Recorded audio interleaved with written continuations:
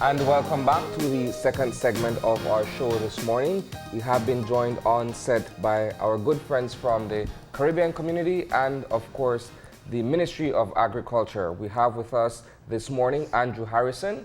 Good morning. Morning. He is the Chief Agricultural Officer, and he's also joined by Shaun Baugh, who is the Program Manager for Agriculture from the Caricom Secretariat.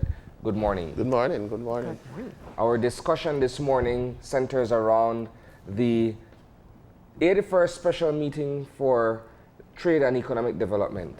Let's talk about agriculture in that particular context. Where do we begin from? Okay, this is like you mentioned, is the first meeting of the COTED, the Council of Trade and Economic Development, on agriculture. Yeah. Because there is a COTED for trade, and that is happening in November. So this is preliminary meetings in preparation for that meeting in November, where we will be looking more at taking more policies. So it will be more a policy making in this 1 week activity. And the ministers, we are including private sector, public sector, to come and discuss issues in the as a region to better harmonize on what we're doing. That is on trade, on technology, communication. So things like that is what will be discussed during this week. Yeah. And it's also a very important opportunity for a lot of the technical expertise from across the region to come together and share experiences, I'd imagine. Talk to me from that perspective, from CARICOM. No problem. I should also say to you, it's a series, it's a week of a series of meetings. Yeah. In addition to the COTED meeting for agriculture, the 81st special meeting, we'll also be having what we're calling our 12th Agricultural Planners Forum. And what it is, it's a conference of various planning technocrats within the ministries of agriculture throughout the region, as far south as Guyana to Belize, the farthest country in the north. And this is a little bit different because we're moving from a policy-focused meeting to one that's business facilitatory. Yeah. And what do I mean by that? We've invited business professionals from across the region who have companies that are successful, companies who have large investments, and the intention is to have a dialogue between those private sector entities and our public sector, as well as civil society, who we have invited, to have that dialogue where we can really tackle the issue of regional integration and, by extension, economic growth and development through agriculture. There will also be a meeting of the CARICOM Ministers of Fisheries, along with the SPESCA and SICA ministers, which are out of Central America. And the aim is to look at fisheries, the blue economy, how best collectively we can, as a America's region, develop in a sustainable manner the resources found within the sea. And of course, we're going to have our usual meetings of our boards, our CARDI board meeting, which is the Caribbean Research Institute. That's our premier research organization within the CARICOM. We'll have our CAFSA board meeting, which deals with animal health, food safety, and plant health. So we'll have those meetings. But importantly also, we should add, there will be our sugar stakeholders meeting. You would imagine the different challenges now we have in the region having to do with sugar and the need to find an alternate solution. How best do we go ahead in today's day and age with the challenges we have sugar? World prices aren't what we used to. Production is an issue. So how best, as a region, we can tackle sugar? Yeah. Now, you asked the question, how best can we get technical? How does technical persons benefit? Well, there's an exchange that happens between member states meaning countries within the CARICOM region. And also we'll have our international partners who have been very good to us. We have the FAO, we have ECA, we have the CTA, who have been working quite handsomely with us, and also the CDB, the Caribbean Development Bank, who have assisted us in getting, along with the government of Belize, in putting this entire week of activities together. And they will come with their technical expertise, and we'll have frank, open discussion, as well as technical discourse on different matters that we have faced in the region, from trade to plant and health diseases, animal trade, a whole range of issues. Youth in agriculture, women involvement in agriculture, climate change, Well, which is a big issue. I was waiting to hear that very specific point because I'm sure you know that this meeting is being held in Belize when the conversation about our agriculture, our agricultural sector is focused primarily on climate change and the recent drought that we have been experiencing. And so when I think of, when you put it into perspective, talking about agriculture and specifically planning, my question is, how do we as a region plan for an agricultural sector, understanding that so many variables are changing as the years go by? It's interesting you should bring that up because one of the major sections within the Planners Forum, and by extension the COTED, will deal specifically with climate smart agriculture. And climate smart agriculture means, given the changing realities that we have, the changing weather pattern, the change in pests and disease, the change in rainfall, the need for irrigation, the need to have climate resistant varieties as relates to the crops that we produce. That can now account for the increase in incidence of pests, it can account for the increase in the reduction in the amount of water. Yeah. Also the solutions that we'll now put together as a region, coming together, having that dialogue, and I must emphasize, not just talking, but practical, workable, applicable solutions for the region. And sometimes it doesn't have to be a mega project. It can be just simple investments that a regular farmer can put in place that helps him to cope. Because at the end of the day, we're looking at livelihood preservation. Yeah. Because Belize, more than anybody now, would have experienced that with the existing drought. Because Of course. I've been following because of my portfolio responsibilities. And it's a real issue. Yeah. These are rural families, and you know the demographics that goes with rural families, the challenges. So as a region, How important it is to the families of the farmers, but also to our economy as well. Exactly. Agriculture, I think, is definitely, we won't shy away from talking about how important it is to our economy and also how fragile it is. But when you have a gathering like this and you have private sector, civil society, and also the government representatives in a capacity where they can share experiences on this issue of becoming more climate resilient. We're talking about a drought here in Belize, but what are some of the other member states experiencing that perhaps we can look ahead to and either put in preventative measures, mitigate whatever potential challenges we may have if we just look about what's happening in the region? one of the things we just completed with the help of our international entities, mainly the FAO and ICA, is looking at our agricultural disaster risk management plan that covers a whole range, coping solutions, preventative solutions.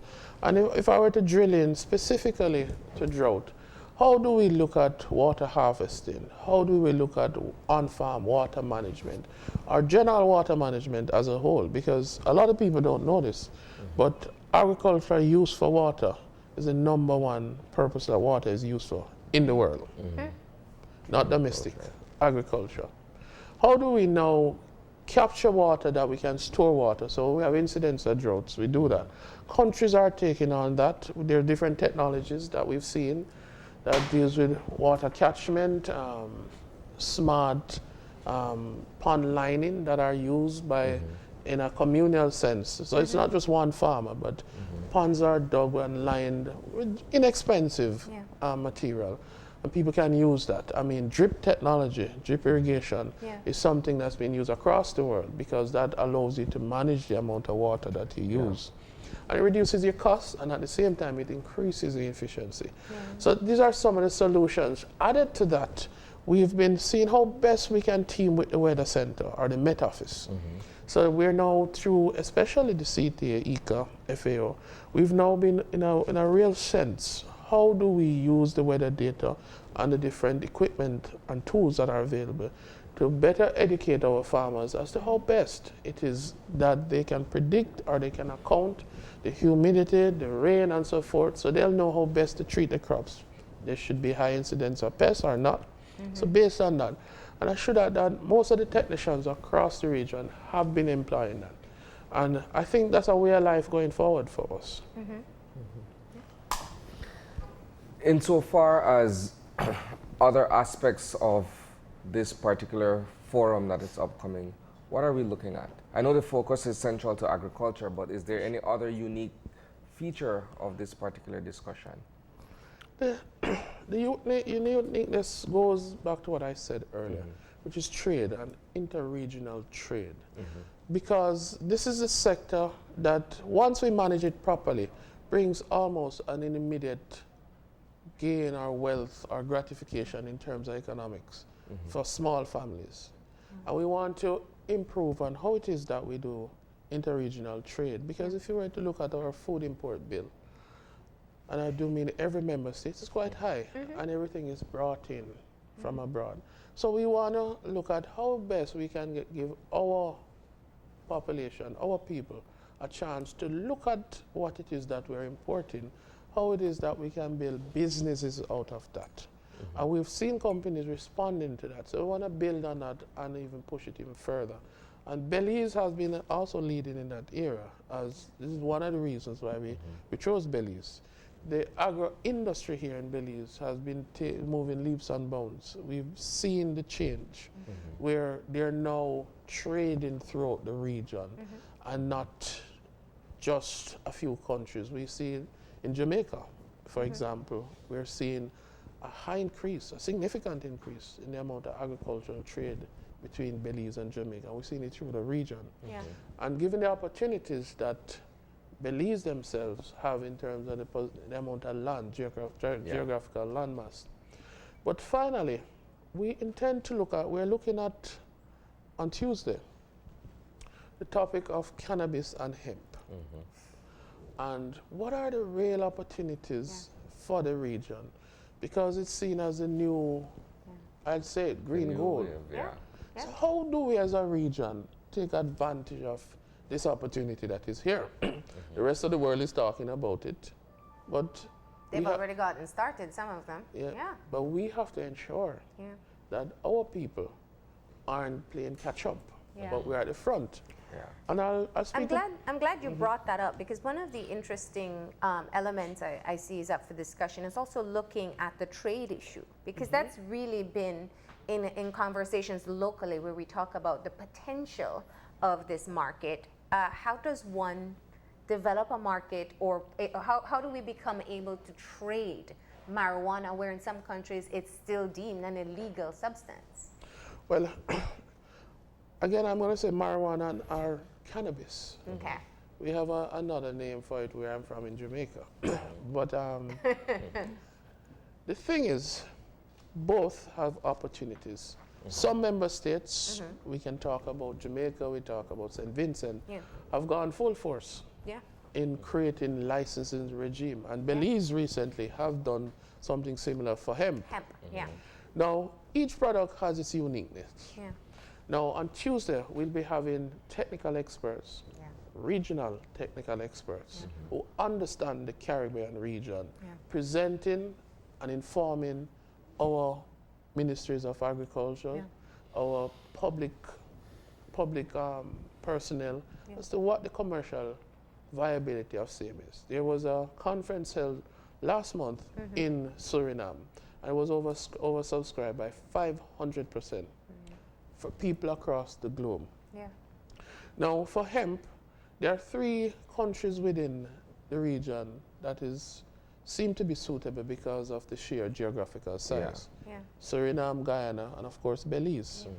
It offers an opportunity for diversification, because I spoke about the challenges that we have in sugar, the challenges that we have in our traditional crops, and the need to replace those incomes and replace them fast. So on Tuesday, we expect to have that conversation. We expect to see the numbers, we expect to see what the potential is. And from that, countries and our member states can now have that discussion. Now, as it relates to cannabis, we're more looking at the medical side of cannabis, and how best the medicinal side, how best we can, as a region, be at the forefront. There's actually been quite a bit of research in Jamaica at the University of West Indies on medicinal marijuana, and that's going to be a part of the presentation as well? Yes, we have invited experts from both University of the West Indies, Mona, and also University of Technology, Mona, Okay. because they have been doing extensive research. So we've invited the two technical heads who have confirmed, and they should be here. As a matter of fact, if they're not here already, they're probably at the airport. But we expect that technical sharing, but even more important, to complement that, we've invited firms that are on the business end. So the research needs to meet the commerce. So we expect to see that.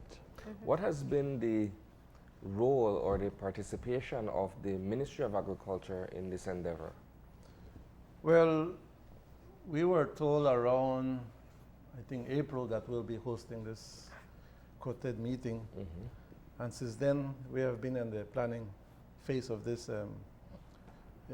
1 week of activity. And we had must congratulate the agriculture team that has put this, all the logistics in and gear up for this week.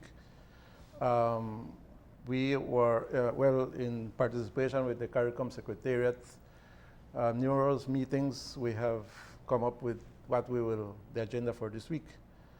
And important in the planning of this, we had come up with a business mixer on Thursday, where we have invited about 35 companies, local companies, to come and present what they're doing.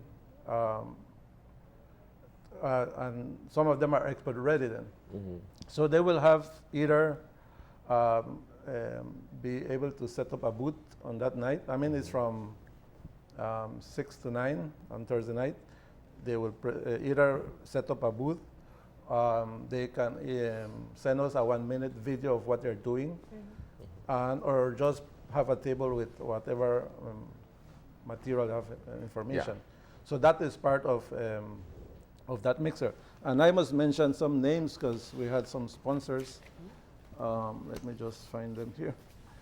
The Belize Sugar Industries, Caribbean Chicken Limited, Belcar, Special Code, Citrus Products of Belize, Cayo Grains, Valley of Peace Farms, Banana Bank Agriculture Company, Texbel, and Quality Poultry.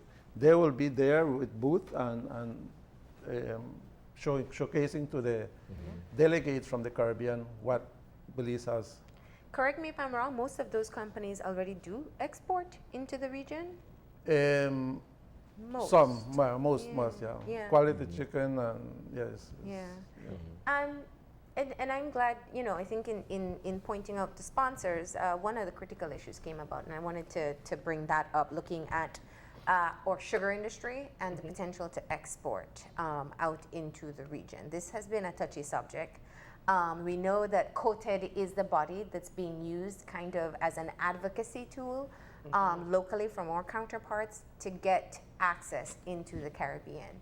Some have seen this as a failure of what should be a single market and economy. What was promised and as united Caribbean communities that we would be able to trade amongst ourselves. But the challenges that the sugar industry has been experiencing seems to point to another direction. Can you talk about that? Well, before I look at sugar specifically, I can tell you that I would not say it's a failure. It has challenges, as with everything. I mean, we're taking 15 direct members of the Caricom and also 5 associate members with different laws, different rules, and putting them together in a single market economy. We have seen successes, but similarly, we have seen challenges. But we do have trade going on. Yes. Are we saying this is enough? No, we say it can be much more. And that's the importance of the COTED. That's where we deal with harmonized issues, which is now ongoing, and the states, the members are working to have harmonized procedures, because you would imagine national laws throughout the region are different. So get it together. So to facilitate our business persons. So whatever you do in one member state, it allows you to do in the other one. So it's not all over the place. So we're working on that. And from that, we expect that we should see the trade increasing. And not only trade in agriculture, but trade in services, trades in goods. Have some of the frustrations been the result of bureaucracy in terms of moving certain processes along? Precisely. And frustration, yes. But a lot of the things we've been working on is to reduce. One of the projects that will be announced at the COTED is one that deals with improving intra-regional trade and the removal of non-tariff barriers. Because it's a lot of the times it's not the duties that you got to pay. It's just the requirements, as I said before. So we need to harmonize a lot of things. But to be honest, I mean, we're dealing with 15 member states with 15 laws. So it takes a little while to get them together because you're moving from a norm to a new. So it takes some time to put that together. Now, to touch on the topic of sugar, I don't want to give anything away. But from this sugar stakeholders meeting, we expect some decisions to be taken, the results of a study that was recently commissioned to be revealed, and for member states to have frank, open discussion. The construct of the sugar sector within the region, led by SAC, with the Sugar Association of Caribbean, it includes the private sector. It includes government. So that construct allows for dialogue, real dialogue. So it's not a make a policy, share it, and hope everybody agrees. It has that consultation. We've heard of this issue from local counterparts, from the private sector, from the government. Explain it to me, the issues that are being encountered from the regional standpoint. Well, issues as we know them, they're wide-ranging. One has to do our preferential markets that we had before. Yes. They've almost disappeared. So it is now left on us to become a little bit more efficient and productive and competitive in what we do. So those are issues. Two, we got to look at how best we diversify into new markets, because the experience in most states, member states, where you produce the sugar, you put it on a ship, it goes into the world market, and we purchase it back. The experience now has to be we produce the sugar, and how do we best market it for ourselves? Direct consumption. So, and I mean sugar in its broadest sense, and you would understand refined versus raw sugar, and so forth. So those are the issues. I know particularly in one member state, they started to package the sugar and sell it directly into the region. And you'll go to some countries and you'll see nicely packaged sugar and it says made in another member state. So it's really a market issue. There's a issue as how best we meet the requirements of various markets within the region. So the study that we just completed have some recommendations, have some insights. And as I said, I don't want to give anything away. So we'll see a resolution to this issue during this week? Is that what you're saying? I'm seeing light at the end of the tunnel. Because it been is getting sweeter. it's been particularly not sweet for Belize when we put it into perspective, because in fact the markets of Belize, once the access, are now being serviced by our neighbors. And I think when we talk about regional integration and Belizeans so openly identify as Caribbean, and we look at every other nation and we think, we are united. But when a challenge like this comes forward and we don't necessarily see a solution as quickly as we'd like, there are a lot of questions about whether or not we are actually working together as a united Caribbean community. I hear your point, but again, the customs union that we call Caricom has its benefits. Now, it's something that traditionally, if we're looking at sugar, there was much focus in the particular sugar that we're talking about. So it's a new approach. I mean, it's a disruption to what is the norm. So it takes a process for the dialogue. It takes a process for consultation. and then it moves into a business decision once the conditions are right. And again, I don't want to give away anything. So you're saying there's sweet news by the end of the week. I don't want to give away anything. And just before we round off the conversation, I wanted to get the opportunity to talk about, there's also some conversations that will be taking place around technology use, and being able, and they usually, when we think of it, agriculture seems traditional and technology seems the opposite direction. But where the move has been across the world and even in Belize is being able to merge the two. What are some of the exciting topics that you're looking forward to when you talk about technology and agriculture in the week ahead?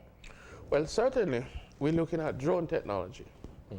And a lot of people, they hear the word drone, they think about people just making movies or some warfare. But there's a lot more to drone technology. You can use it to do crop and pest survey.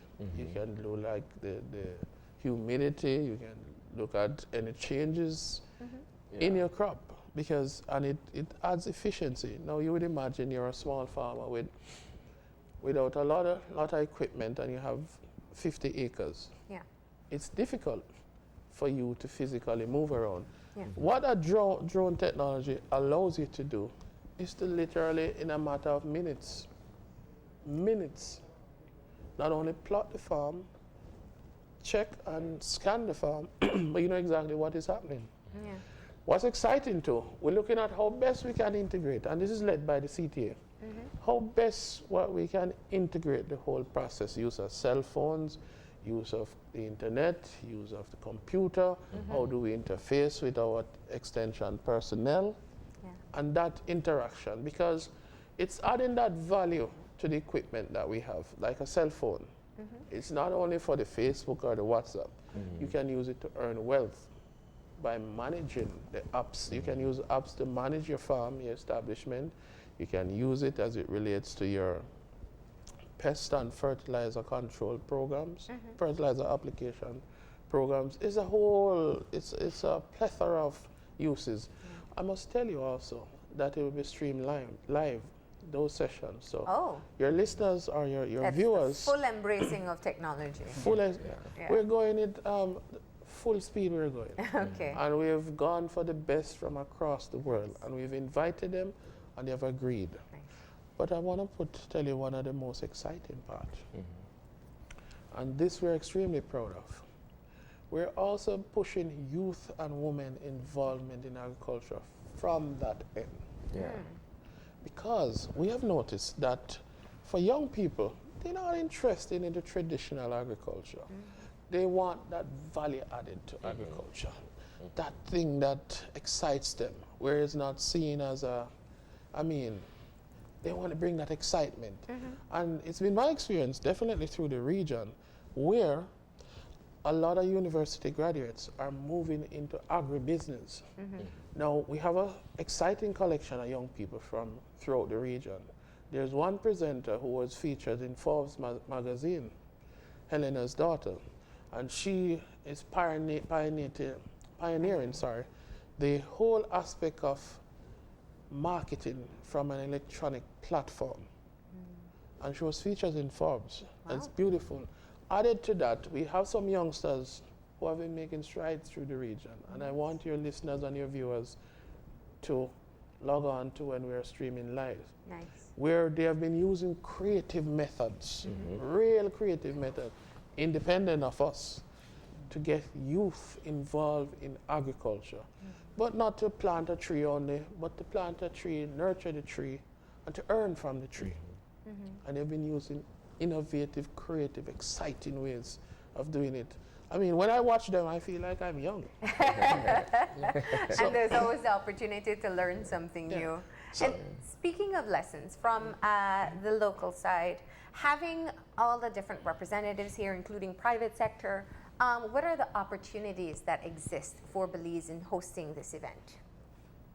Well, I mentioned the first one is the mixer, where we will show what we're doing.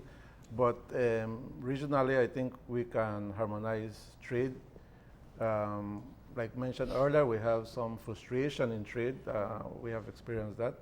But I think that's where we, like the meetings with CAFSA, the animal agriculture health and food safety. The CABA is the Association of Agricultural Business in the Caribbean. So these meetings will bring out those topics and issues and how we can solve them there. Yeah. The topic of technology is very important. We are trying to, with our agriculture, Belize Agriculture Information System, that's where we're trying to bring in some technology. Whenever we have, especially in climate outlooks, we can share those information with farmers where we have their contacts on the system. So there is a lot to gain in this 1 week of activity for the Ministry of Agriculture. All right. Well, gentlemen, we know you have a long week ahead, and it starts off today, actually. Yes. So we thank you for coming in and giving us a preview as to some of the work that you'll be doing. Thank you. And thank you for having us, and thank you to the people and the government of Belize for having us. All right. We're going to go ahead and take a break, and when we come back, we'll be talking about the celebrations for World Maritime Day. So please stay tuned.